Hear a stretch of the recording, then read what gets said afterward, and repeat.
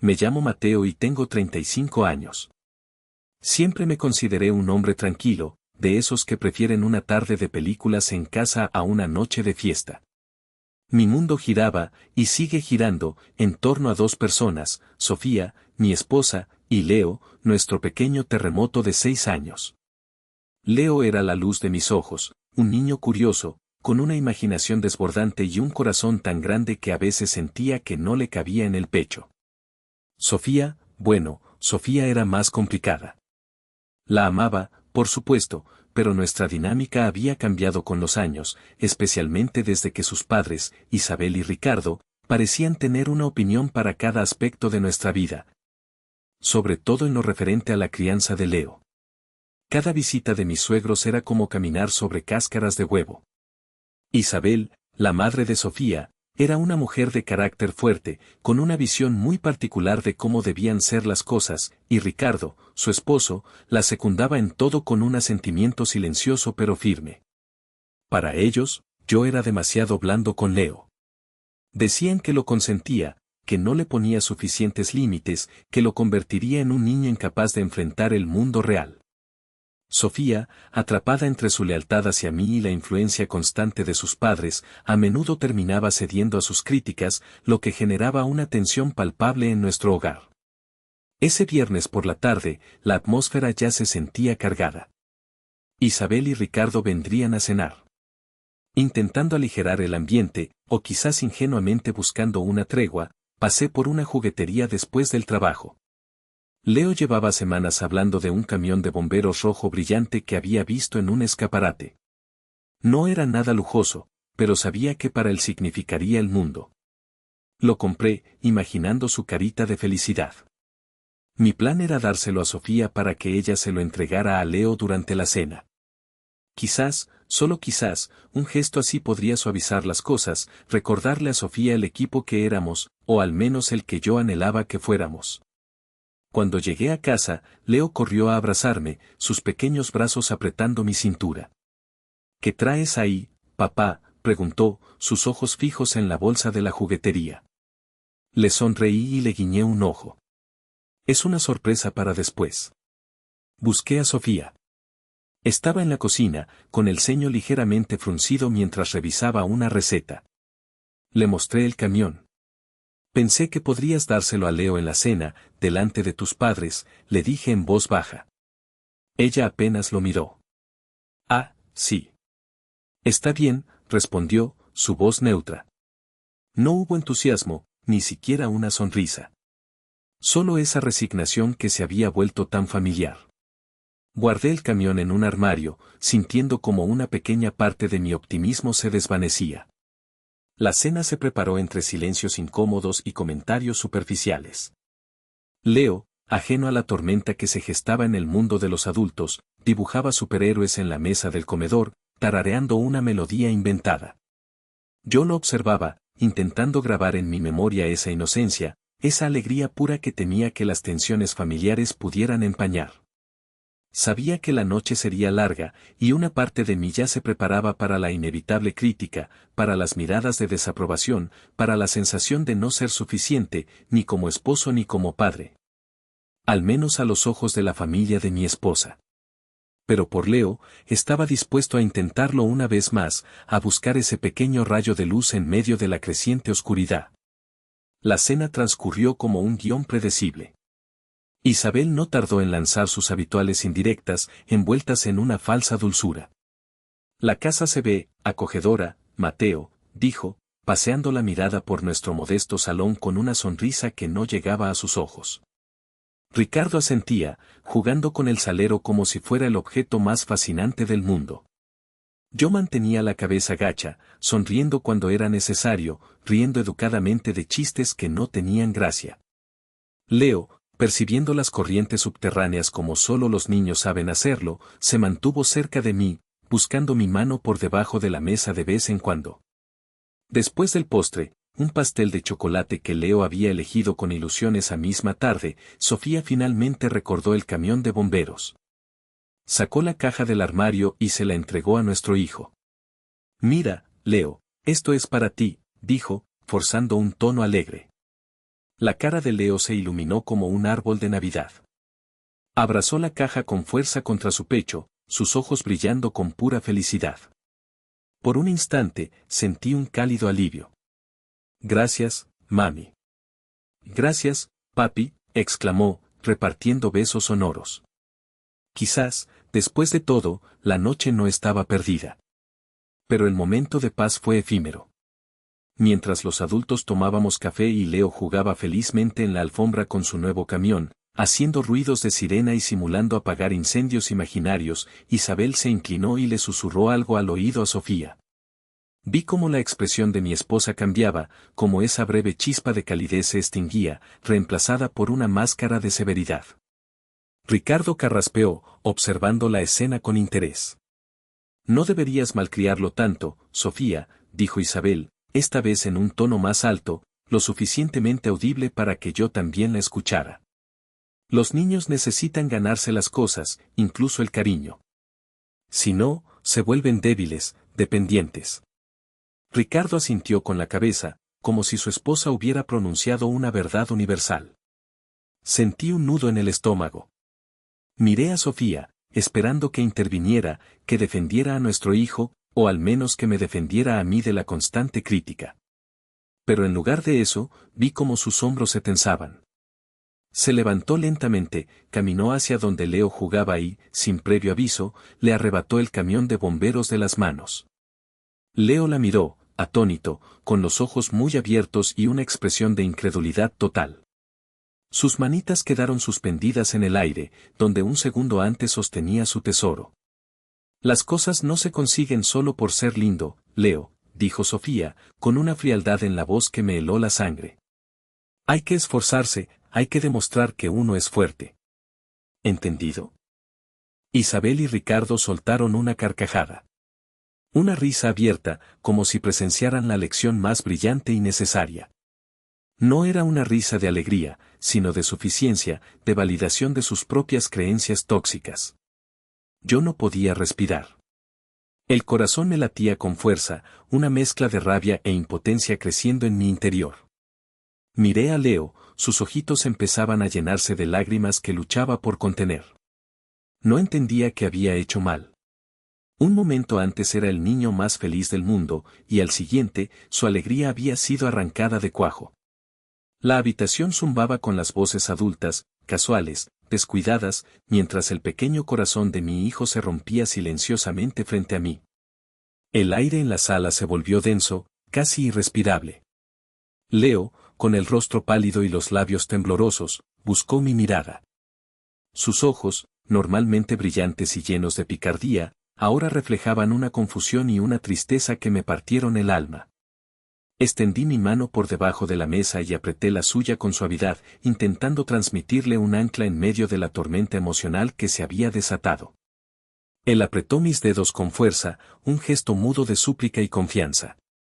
Sofía había vuelto a sentarse junto a sus padres, dejando el camión de bomberos abandonado sobre la mesita de centro, como si fuera un objeto sin valor en lugar del tesoro que había sido para Leo apenas unos minutos antes.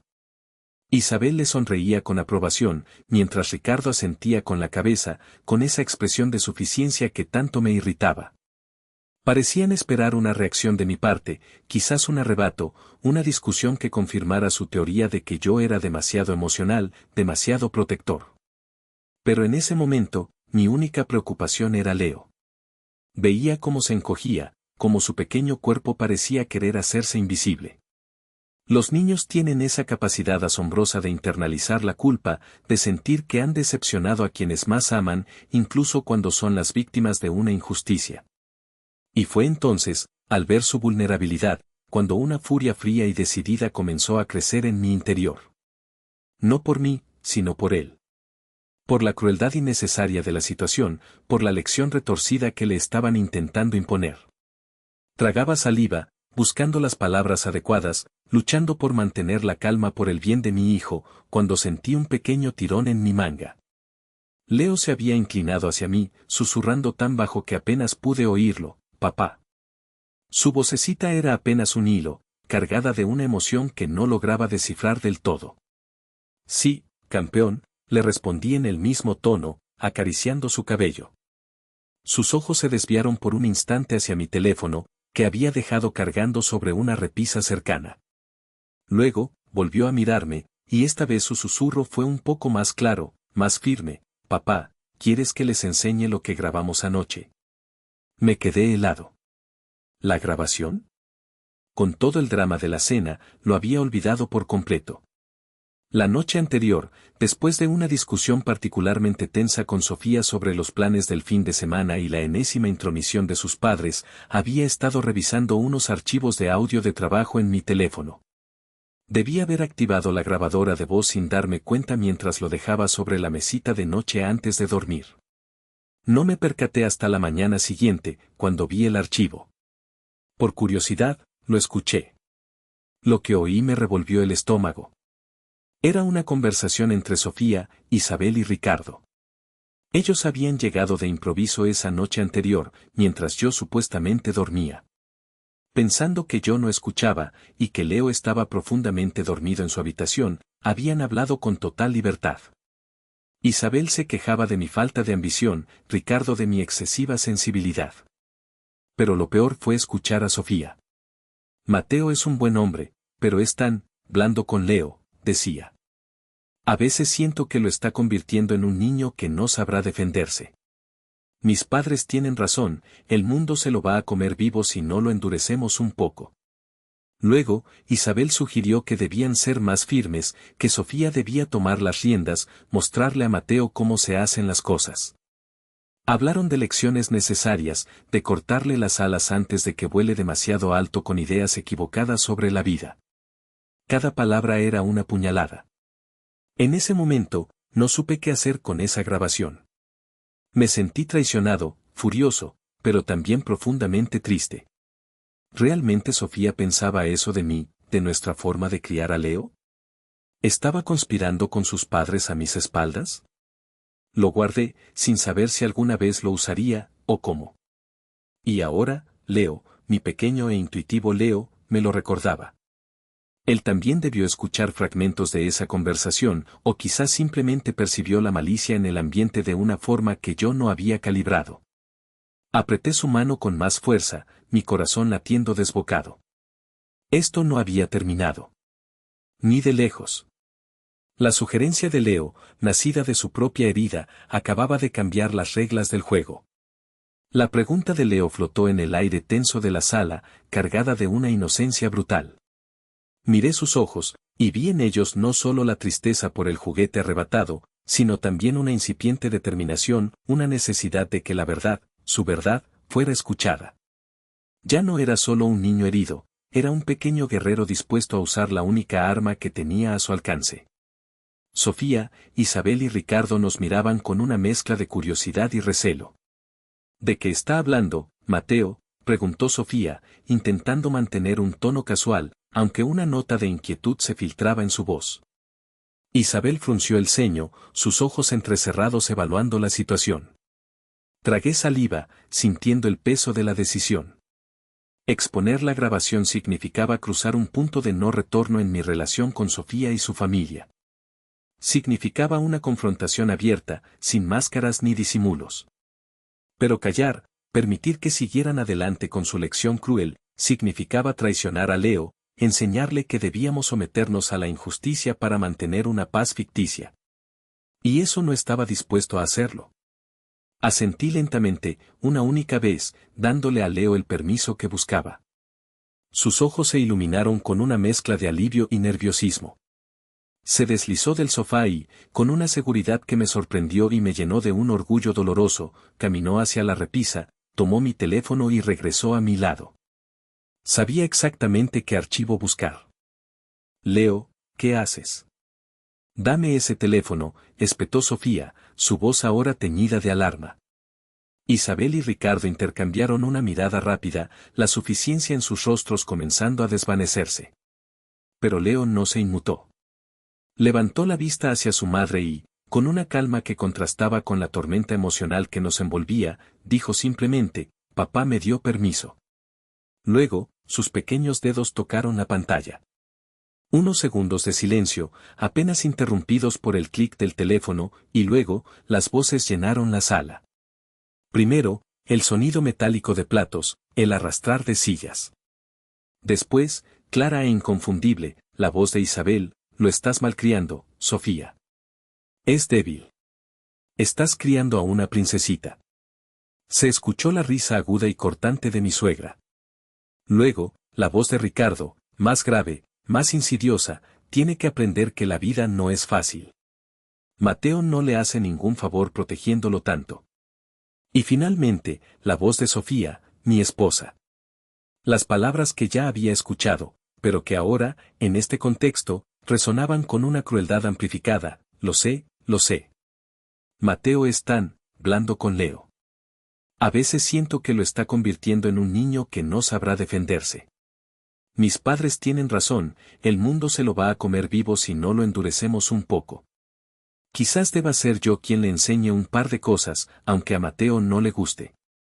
Observé sus rostros mientras sus propias palabras los golpeaban.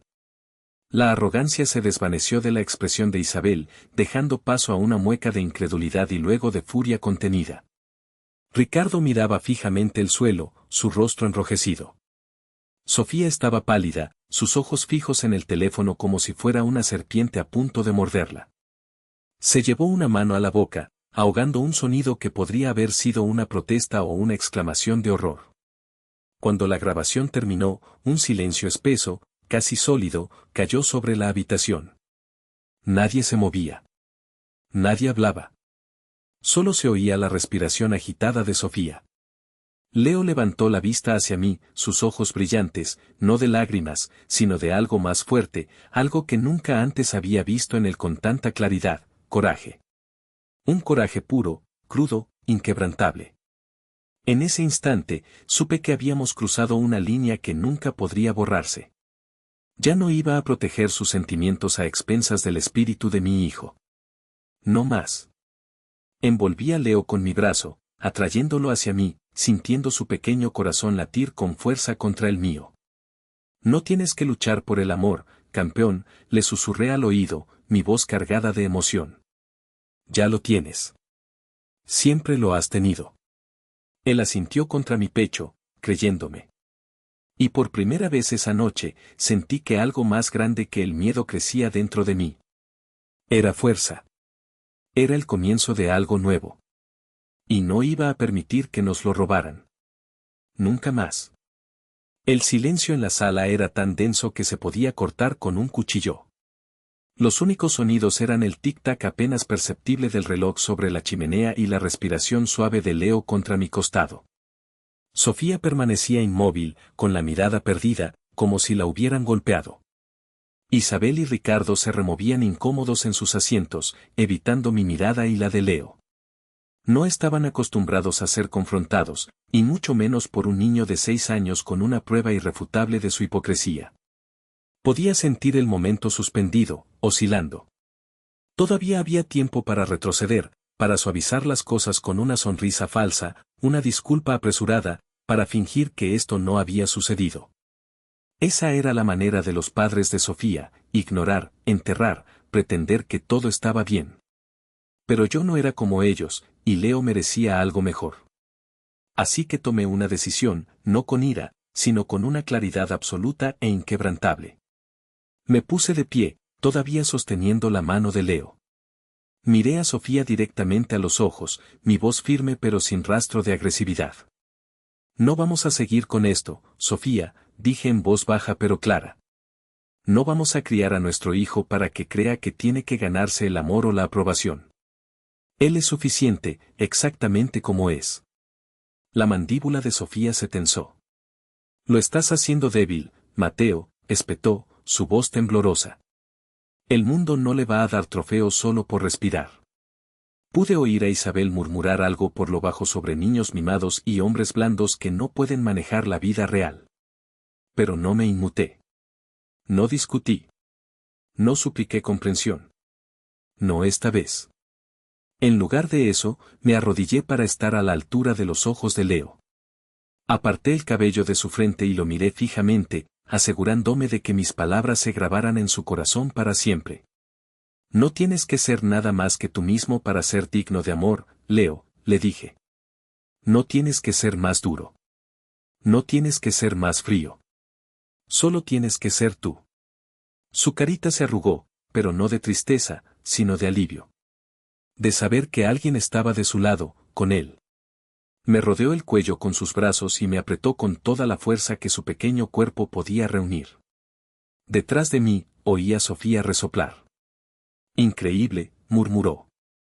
Me giré entonces, poniéndome de pie nuevamente, pero esta vez sosteniendo la mano de Leo con aún más firmeza. Puedes creer lo que quieras, Sofía, dije, mi voz cortando limpiamente la tensión. Pero no le enseñarás a mi hijo que la crueldad es fortaleza. No le enseñarás que el amor es un premio que tiene que ganar. Por un momento, Sofía pareció que iba a discutir, pero algo en mi expresión debió detenerla. O quizás, solo quizás, se dio cuenta de que ya estaba perdiendo. Me incliné, recogí el camión de bomberos de la mesita de centro y lo coloqué de nuevo en los brazos de Leo. Esto te pertenece, cariño, le dije, y siempre te perteneció. Leo lo aferró a su pecho, sus ojos brillando. Me volví hacia Isabel y Ricardo entonces, sin sentir miedo ni vergüenza. Se rieron esta noche porque pensaron que herir a un niño los hacía fuertes, dije, mi voz inquebrantable. Pero no es así. Solo demuestra lo pequeño que es realmente su amor. La boca de Isabel se abrió como para protestar, pero no emitió ningún sonido. Ricardo se removió incómodo en su silla, encontrando de repente el suelo fascinante. No esperé una respuesta. Sin decir otra palabra, guié a Leo hacia la puerta principal. Sus pequeños dedos se deslizaron fácilmente en los míos, confiando en mí por completo. Cuando llegamos al umbral, Leo miró hacia atrás una vez, no con ira ni amargura, sino con una especie de victoria tranquila brillando en sus ojos. No fue ruidoso, no fue dramático, pero fue real, y fue suficiente. Cuando salimos, el aire fresco de la noche nos envolvió como un bálsamo. Leo miró hacia las estrellas que comenzaban a asomarse en el cielo y sonrió. Papá, dijo suavemente, apretando mi mano. Nosotros somos los fuertes, ¿verdad? Las lágrimas picaron en mis ojos, pero sonreí a través de ellas. Los más fuertes, dije. Porque la verdadera fortaleza no está en la crueldad. Está en la bondad que no se doblega. Está en el amor que no desaparece en el momento en que se pone a prueba. Y esa noche, no solo nos alejamos de una sala tóxica. Caminamos hacia algo mejor. Un futuro donde Leo nunca más tendría que dudar de su propio valor. No si yo podía evitarlo. La puerta se cerró detrás de nosotros, y en ese instante, sentí como si una pesada cadena se hubiera desprendido de mis hombros. Nos esperaba un helado, y una conversación pendiente sobre lo que significaba ser verdaderamente valiente. El aire fresco de la noche nos recibió como una caricia sanadora. Por primera vez en mucho tiempo, sentí que podíamos respirar profundamente, sin el peso de las expectativas ajenas o las críticas veladas. Leo sostenía su camión de bomberos rojo contra el pecho como si fuera un trofeo de guerra ganado con honor. Y en cierto modo, lo era. No por su valor material, sino por lo que representaba, un recordatorio de que él importaba, de que era visto, de que el amor no era algo que se ganaba o se arrebataba, sino algo que llevaba dentro simplemente por existir. Mientras caminábamos hacia el coche, Leo rompió el silencio. Ya no tenemos que volver allí, papá, ¿verdad?, preguntó, su vocecita cargada de una esperanza casi palpable. Me arrodillé frente a él, tomando sus pequeños hombros entre mis manos. No, campeón, le aseguré, mirándolo a los ojos. No tenemos que volver.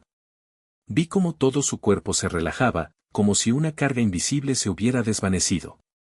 Merecía algo mejor, y a partir de ese momento, lo tendría.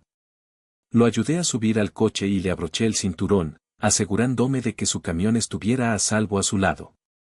¿Podemos ir por un helado?, preguntó con una sonrisa traviesa. Reí, una risa genuina, de esas que no sentía brotar en meses. Absolutamente. Doble porción. Lo que quieras. Mientras nos alejábamos, eché un último vistazo a la casa por el espejo retrovisor. La luz áspera del porche, la figura rígida de Sofía aún visible a través de la ventana, el aire pesado de orgullo y amargura que los envolvía como humo. No sentí arrepentimiento. No sentí culpa. Me sentí libre. Y Leo, sentado en el asiento trasero, canturreando suavemente mientras jugaba con su camión, también estaba libre. Libre de creer que tenía que torcerse en algo que no era para ser amado. En las semanas y meses que siguieron, las cosas cambiaron, como era de esperar. Hubo conversaciones difíciles con Sofía.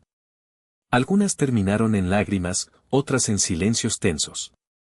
Le expliqué que no podía seguir exponiendo a Leo a la toxicidad de su familia, ni a su propia ambivalencia. Le dije que necesitaba elegir qué tipo de madre quería ser y qué tipo de pareja. Le propuse terapia, tanto individual como de pareja. Al principio se resistió, herida en su orgullo, pero con el tiempo, y quizás al ver la determinación en mis ojos y la alegría renovada en Leo, aceptó. Establecí límites claros con Isabel y Ricardo. Las visitas se espaciaron y siempre fueron bajo mi supervisión, en terreno neutral. Cualquier comentario despectivo hacia Leo o hacia mi forma de criarlo resultaba en el fin inmediato de la visita. Fue duro, pero necesario. Leo floreció. Se volvió más extrovertido, más seguro de sí mismo. Reía más fuerte, preguntaba más, abrazaba más fuerte. Construía fuertes de almohadas y cantaba en la ducha y lloraba cuando lo necesitaba sin temor a ser llamado débil. Se convirtió exactamente en lo que siempre había esperado que fuera, no más duro, no más frío, simplemente el mismo. Y eso era más que suficiente. Una tarde, mientras preparábamos sándwiches de crema de cacahuate y mermelada, Leo me miró con una enorme sonrisa. Papá, estoy muy contento de que seas mi papá. Mi corazón se hinchó tanto que sentí que podría estallar. Y yo estoy muy contento de que seas mi hijo, campeón, le dije, alborotándole el cabello. Eres increíble tal como eres. Y esa es la verdad que quiero compartir con ustedes. El amor no se gana, se merece desde el nacimiento. Si alguien en tu vida te hace sentir que tienes que luchar por su amabilidad, si mide tu valor en logros o dureza, si te hace sentir pequeño cuando solo intentas ser tú mismo, no tienes que quedarte en su mesa. Tienes permitido levantarte, llevarte tu amor contigo y construir una nueva mesa, una llena de calidez, compasión y personas que te entiendan.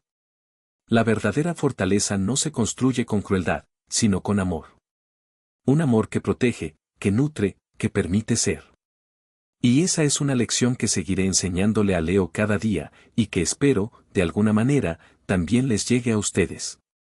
No permitan que nadie apague su luz, ni la de sus hijos. Elijan siempre la bondad, el respeto y el amor incondicional. Porque al final del día, eso es lo único que realmente importa.